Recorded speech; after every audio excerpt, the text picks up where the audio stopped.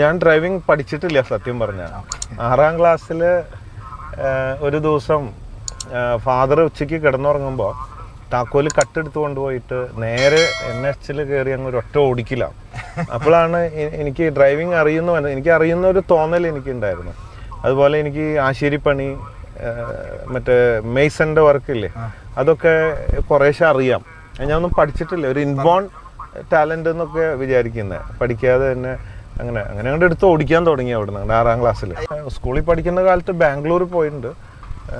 Class cut ചെയ്ത് വീട്ടിൽ study tour അതെന്നൊക്കെ പറഞ്ഞ് അന്ന് എനിക്ക് ഒരു ഫിയറ്റാണ്, ബക്കറ്റ് സീറ്റൊക്കെ ഉള്ള ഫ്ലോർ ഷിഫ്റ്റിംഗ് ഗിയറൊക്കെ ആയിട്ട് അന്നത്തെ വലിയ വണ്ടിയാണ് ഫിയറ്റ് എന്ന് പറയുന്നത്.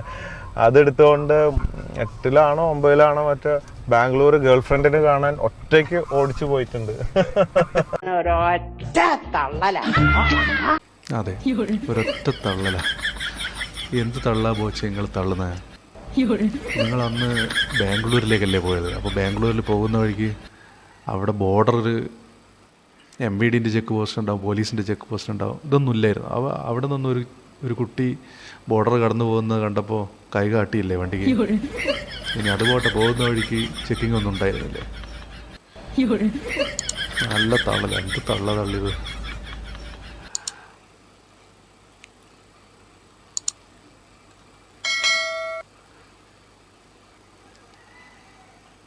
തള്ളല്ല, ദേ ബോച്ചയുടെ ബാംഗ്ലൂർ പോകുന്ന വീഡിയോ ലീക്കായിട്ടുണ്ട്. തള്ളല്ല സുഹൃത്തുക്കളെ, ബോച്ച പറഞ്ഞത് ഉള്ളതാണ്. ബോച്ച അതിവേഗ റോഡിലൂടെ ചീറിപ്പാഞ്ഞു പോകുന്ന വീഡിയോ ലീക്കായിട്ടുണ്ട്.